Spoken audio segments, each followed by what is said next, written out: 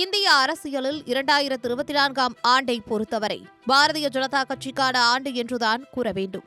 10 ஆண்டுகள் ஆட்சியில் இருந்த பாஜக கூட்டணி அரசு 2024ஆம் ஆண்டு மீண்டும் ஆட்சியை பிடித்தது. மத்தியில் பிரதமர் நரேந்திர மோடி தொடர்ந்து 3வது முறையாக ஆட்சியமைத்தார். மாநிலங்களில் நடைபெற்ற தேர்தலிலும் பாரதிய ஜனதா கட்சியின் கையே ஓங்கியிருந்தது. காங்கிரஸ் கட்சியை பொறுத்தவரை ராகுல் காந்தியின் 2ஆம் கட்ட பாத யாத்திரை அந்த கட்சிக்கு சற்று வலு சேர்த்தது என்றே கூற வேண்டும். இதுவே காங்கிரஸ் கட்சியை வலுவான எதிர்க்கட்சியாக அமர வைத்தது என்பதே அரசியல் விமர்சகர்களின் கருத்து. ஜனவரி 14ஆம் தேதியில் பாரத் ஜோடோ நியாய யாத்ராவின் 2ஆம் கட்ட பயணத்தை மணிப்பூர் இம்பாலில் இருந்து தொடங்கினார் ராகுல் காந்தி. 14 மாநிலங்களில் உள்ள 85 மாவட்டங்களை கடந்து மகாராஷ்டிர மாநிலம் மும்பையில் மார்ச் 17ஆம் தேதி இந்த நடைப்பயணம் முடிவுற்றது. இந்தியா கூட்டணி உருவாக காரணியாக இருந்த நிதிஷ்குமார் திடீரென தன் முடிவை மாற்றிக்கொண்டு பாஜகவுடன் கூட்டணி வைப்பதாக அறிவித்ததோடு பீகார் மாநில முதலமைச்சர் பதவியை ராஜினாமா செய்து தேசிய ஜனநாயக கூட்டணியின் முதலமைச்சராக பொறுப்பேற்றுக் கொண்டார். சட்டவிரோத பணப்பரிமாற்ற வழக்கில் ஜார்க்கண்ட் முதல்வர் ஹேமந்த் சோரனிடம் 7 மணி நேரம் தீவிர விசாரணை நடத்திய அமலாக்கத்துறை அதிகாரிகள் அவரை கைது செய்தனர். பிப்ரவரி 27ஆம் தேதியில் நடந்த 65 இடங்களுக்கான ராஜ்யசபா தேர்தலில் பாரதிய ஜனதா கட்சி 32 இடங்களை கைப்பற்றியது. மக்களவை தொகுதி எம்பியாக இருந்த சோனியா காந்தி முதன்முறையாக ராஜஸ்தானில் இருந்து மாநிலங்களவைக்கு தேர்ந்தெடுக்கப்பட்டார். முன்னாள் பிரதமர் மன்மோகன் சிங்கின் பதவிக்காலம் ஏப்ரல் 3ஆம் தேதியுடன் முடிவடைந்த நிலையில் அவரது இடத்திற்கு சோனியா காந்தி பதவியேற்றுக் கொண்டார். 18வது மக்களவைத் தேர்தல் ஏப்ரல் 19ஆம் தேதி தொடங்கி ஜூன் 1ஆம் தேதி வரை 7 கட்டங்களாக நடைபெற்றது. வாக்குகள் ஜூன் 4ஆம் தேதி கணக்கிடப்பட்டன. கடந்த முறை நின்ற வாரணாசி தொகுதியிலேயே பிரதமர் நரேந்திர மோடி போட்டியிட்டிருந்தார். ஆனால் ராகுல் காந்தியோ 2019ஆம் ஆண்டு தேர்தலில் அமேதி தொகுதியில் அதிர்ச்சி தோல்வியடைந்ததால் இந்த முறை ரபரேலி மற்றும் வயநாடு ஆகிய 2 தொகுதிகளில் போட்டியிட்டார். ராஜஸ்தான் மாநிலம் பான்ஸ்வாராவில் நடைபெற்ற பாஜக தேர்தல் பிரச்சாரத்தில் பேசிய நரேந்திர மோடி, மன்மோகன் சிங் அரசு சொத்தில் இஸ்லாமியர்களுக்கு முதலுரிமை உண்டு என்று சொன்னதைப் போல காங்கிரஸ் தேர்தல் அறிக்கை இருப்பதாக கூறியது பெரும் சலசலப்பை ஏற்படுத்தியிருந்தது. அதேபோல் ஜெகநாதர் ஆலய கருவூல அறையின் சாவி தமிழ்நாட்டிற்கு சென்றுவிட்டதாக கூறுகின்றனர். இதை தமிழ்நாட்டுக்கு அனுப்பியவர்கள் யார் என்று ஒடிசா மாநில தேர்தல் பிரச்சாரம் ஒன்றில் பேசிய நரேந்திர மோடி கூறியது தமிழர்களை இழிவுபடுத்தும் செயல் என்று கூறி எதிர்க்கட்சியினர் கண்டனங்களை எழுப்பினர். கேரளாவில் தேர்தல் பிரச்சாரத்தின் போது அந்த மாநில முதலமைச்சர் பினராயி விஜயன் குறித்து ராகுல் காந்தி சொன்ன கருத்துக்கு பதிலடி தந்த இடதுசாரி ஜனநாயக முன்னணியின் எம்எல்ஏவான பிபி அன்வர், ராகுல் காந்தி உண்மையில் நேரு காந்தி குடும்பத்தில் பிறந்தவரா என்று மரபணு சோதனை செய்ய வேண்டும் என்று விமர்சித்தது சர்ச்சையானது. நந்தியாலா சட்டமன்ற தொகுதியில் தனது நண்பரும் ஒய்எஸ்ஆர் காங்கிரஸ் கட்சி வேட்பாளருமான ரவீந்திர கிஷோர் நடிகர் அல்லு அர்ஜுன் வாக்களிக்குமாறு பிரச்சாரம் செய்தது ஆந்திர அரசியலில் பெரும் புயலை கிளப்பியது.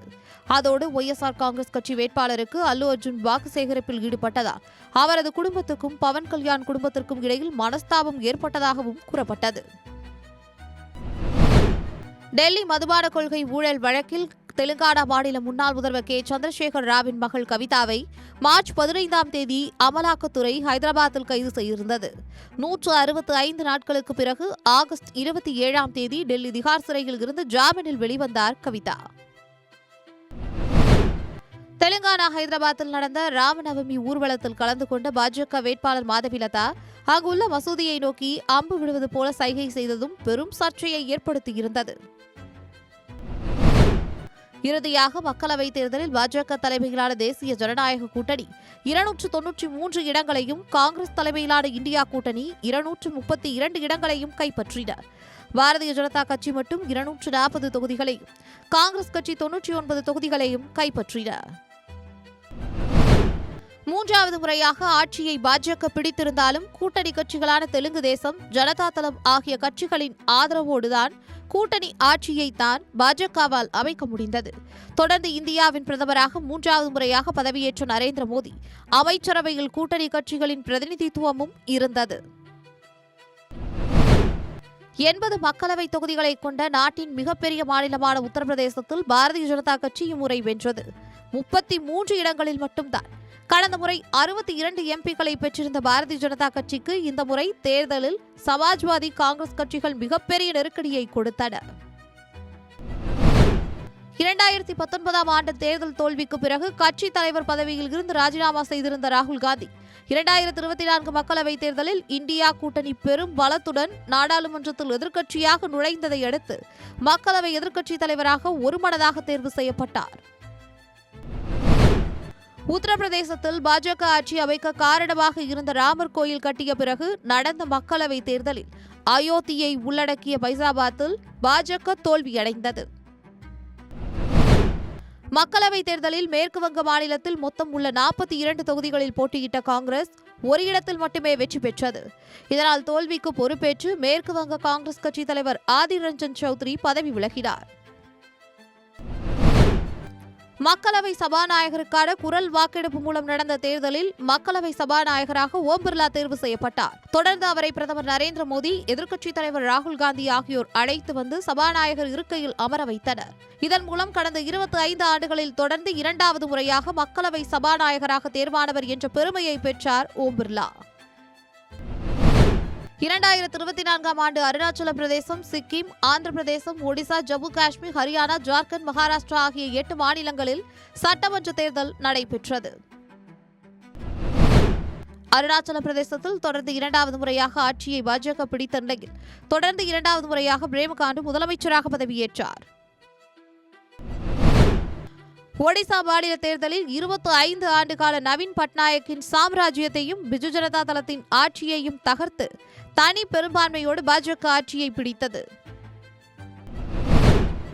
ஒடிசா சட்டசபை தேர்தல் தோல்வியால் நவீன் பட்நாயக்கின் முகமாகவும் குரலாகவும் செயல்பட்ட தமிழரான வி கே பாண்டியன் அரசியலிலிருந்து நிரந்தரமாக விலகியது பெரும் பேசுபொருளானது. ஹரியானா மற்றும் மகாராஷ்டிரா சட்டமன்ற தேர்தலில் பாஜக கூட்டணியே தொடர்ந்து 3வது முறையாக ஆட்சியை தக்க வைத்தது. மகாராஷ்டிராவில் முதலமைச்சர் தேர்வு செய்வதில் இழுபறி நீடித்து இறுதியாக தேவேந்திர பட்னாவிஸ் முதலமைச்சராகவும் ஏக்நாத் ஷிண்டே துணை முதலமைச்சராகவும் பதவியேற்றனர்.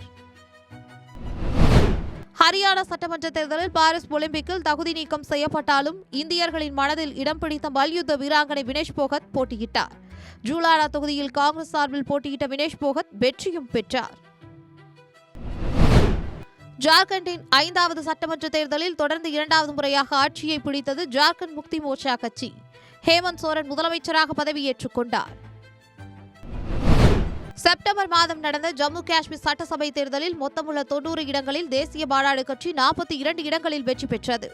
அதனுடன் கூட்டணி அமைத்து போட்டியிட்ட காங்கிரஸ் 6 இடங்கள், மார்க்சிஸ்ட் கம்யூனிஸ்ட் கட்சி 1 இடம் என மொத்தம் 49 இடங்களை இந்த கூட்டணி கைப்பற்றியது. மேலும் சுயேட்சை எம்எல்ஏக்கள் 4 பேர் தேசிய மாநாடு கட்சிக்கு ஆதரவு கொடுத்த நிலையில் அக்கட்சியின் துணைத் தலைவர் உமர் அப்துல்லா ஜம்மு காஷ்மீரின் முதலமைச்சராக பதவியேற்றார். மதுபான கொள்கை முறைகேடு வழக்கில் அமலாக்கத்துறையால் டெல்லி முதலமைச்சராக இருந்த அரவிந்த் கெஜ்ரிவால் கைது செய்யப்பட்டு ஜாமீனில் வெளியில் வந்த நிலையில் தனது பதவியை ராஜினாமா செய்தார். இதனைத் தொடர்ந்து டெல்லியின் முதலமைச்சராக அதிஷி மர்லீனா பதவியேற்றுக் கொண்டார். நாடாளுமன்றத்தில் ராகுல் காந்தியை குறிவைத்து எவருக்கு தன் சாதி என்ன என்று தெரியாதோ அவர் கணக்கெடுப்பு பற்றி பேசுகிறார் என்று பாஜக எம்பி அனுராக் தாக்கூர் கூறியது பெரும் சர்ச்சையை ஏற்படுத்தியிருந்தது. திருவனந்தபுரம் எம்பியும் காங்கிரஸ் கட்சியின் மூத்த தலைவர்களில் ஒருவருமான சசி தரூர் வயநாடு நிலச்சரிவை தொடர்ந்து நிவாரணப் பொருட்கள் அனுப்பி வைத்திருந்தார்.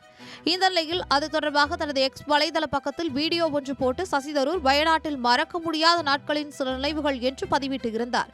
ஒரு துயர சம்பவத்திற்கு எப்படி மறக்க முடியாத நாட்கள் என பதிவிடலாம் என நெட்டிசன்கள் கடும் எதிர்ப்பு தெரிவித்து அவரது பதிவுக்கு கீழே பலரும் காட்டமாக விமர்சித்து கருத்துக்களை பதிவிட்டனர்.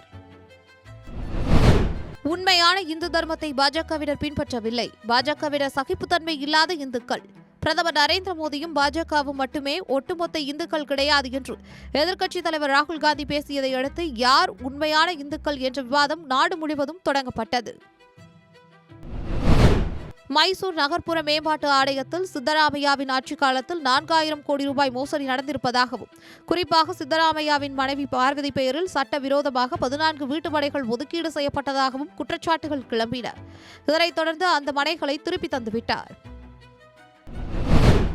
நாடாளுமன்றத்தில் மத்திய பட்ஜெட் 2024-25 தாக்கல் செய்யப்பட்டதை அடுத்து காரசார விவாதங்கள் வெடித்தன.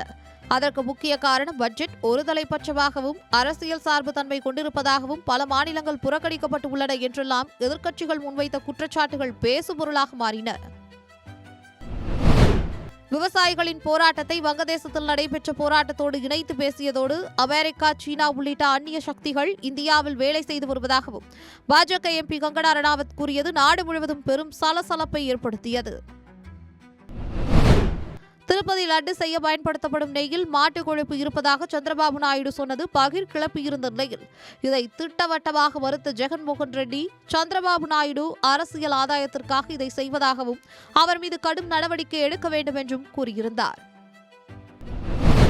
மத்திய அரசு நாடாளுமன்றத்தில் தாக்கல் செய்த வக்ஃபு வாரிய சட்ட திருத்த மசோதாவுக்கு எதிர்ப்புகள் கிளம்பின.